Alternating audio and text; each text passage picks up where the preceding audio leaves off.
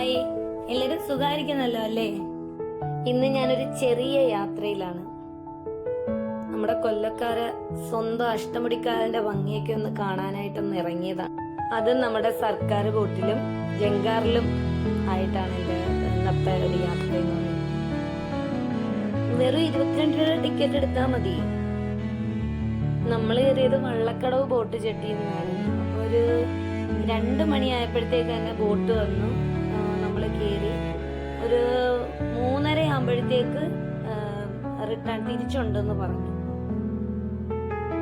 സമയം അധികം പോത്തുമില്ല, കുറച്ചു നേരം നമുക്ക് ആ ഒരു ഫീല് കിട്ടുകയും ചെയ്യും. നല്ല അടിപൊളി എക്സ്പീരിയൻസ് ആയിരുന്നു കേട്ടോ. ആ സൈഡ് സീറ്റിലൊക്കെ ഇരുന്ന ആ കാലിന്റെ ഭംഗിയൊക്കെ ആസ്വദിച്ചു. ചെറിയ തണുത്ത കാറ്റും ഒരു അടിപൊളി ഫീലായിരുന്നു. യാത്രക്കാർ അന്നേരം അങ്ങോട്ട് നമ്മൾ പോയ ടൈമിൽ അങ്ങോട്ട് കയറാൻ ആളുകൾ കുറവായിരുന്നു. പിന്നെ നമ്മൾ അവിടുന്ന് ഓരോ ബോട്ട് ചെട്ടിയിലും നിർത്തും. ഒരു 2-3 ബോട്ട് ചെട്ടിയിൽ ഇതേ കണക്ക് നിർത്തി അവിടുന്ന് ഇങ്ങനെ ആളുകൾ കയറി ഇറങ്ങി വരുന്നതൊക്കെ കാണാനൊക്കെ നല്ല രസമുണ്ടായിരുന്നു. അതിങ്ങനെ ആ ഒരു ജെട്ടിയിൽ എത്തുമ്പോഴത്തേക്ക് വള്ളം അടുപ്പിക്കുന്നതും ആളുകൾ കയറുന്നതും ഇറങ്ങുന്നതൊക്കെ കാണാൻ നല്ല രസമായിരുന്നു.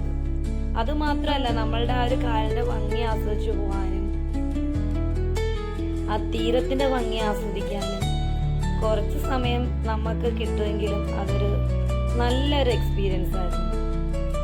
അപ്പൊ എന്താ പോകുന്നൊരു മീൻ പിടിക്കാനായിട്ട് ഒരു വള്ളത്തിൽ പോകുന്നൊരു ചേട്ടനാണ്.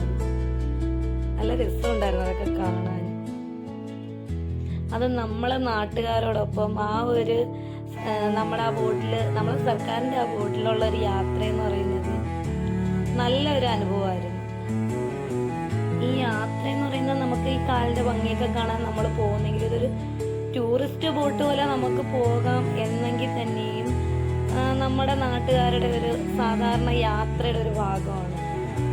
നമ്മൾ കയറിയ ആ ബോട്ട് ചെട്ടി ഉണ്ടല്ലോ, വള്ളക്കടവ് ബോട്ട് ചെട്ടി, അവിടുന്ന് നമ്മൾ തിരിച്ച് ചെന്നിറങ്ങിയപ്പോൾ തന്നെ ഒരു ബസ് കിടക്കുമായിരുന്നു. ഒരു ബസ് സർവീസും ഉണ്ട് അവിടെ. വെറുതെയൊക്കെ വീട്ടിലിരിക്കുമ്പോൾ ഇടയ്ക്കൊക്കെ ഇങ്ങനെ ഒന്ന് ഇറങ്ങാമല്ലോ.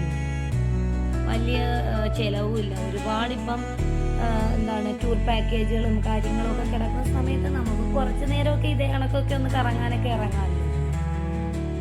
അതുപോലെ ഒരു ധ്യാന തീരത്തിൻ്റെ അടുത്തൊരു സ്റ്റോപ്പ് ഉണ്ടായിരുന്നു. അവിടെ കുറേ പേര് ഇറങ്ങി അവിടെ നിന്നും കയറാനൊക്കെ ആളുകളുണ്ടായിരുന്നു.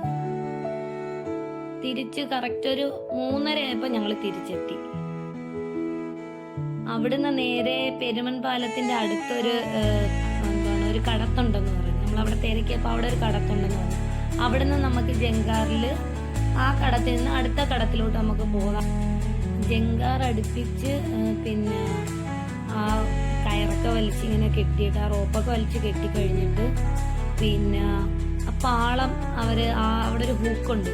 ആ പാള ഹൂക്കിലോട്ട് സെറ്റ് ചെയ്തിട്ട് ഓരോ വണ്ടികൾക്ക് ഇറങ്ങിപ്പോകുന്ന രീതിയിൽ അവർ സെറ്റ് ചെയ്ത് കൊടുക്കും അവര്.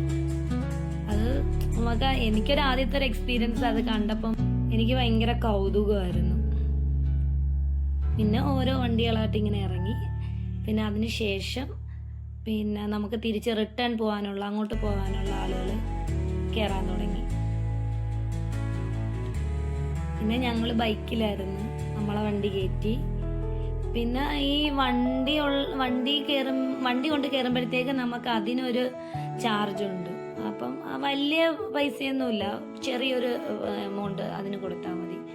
അപ്പോഴത്തേക്ക് ഈ കടത്തിൽ നിന്ന് ആ കടത്തിലോട്ടൊക്കെ ഇങ്ങനെ കാലിന്റെ ഭംഗിയൊക്കെ കണ്ടിങ്ങനെ ആസ്വദിച്ച് നല്ല രസമുണ്ടായിരുന്നു.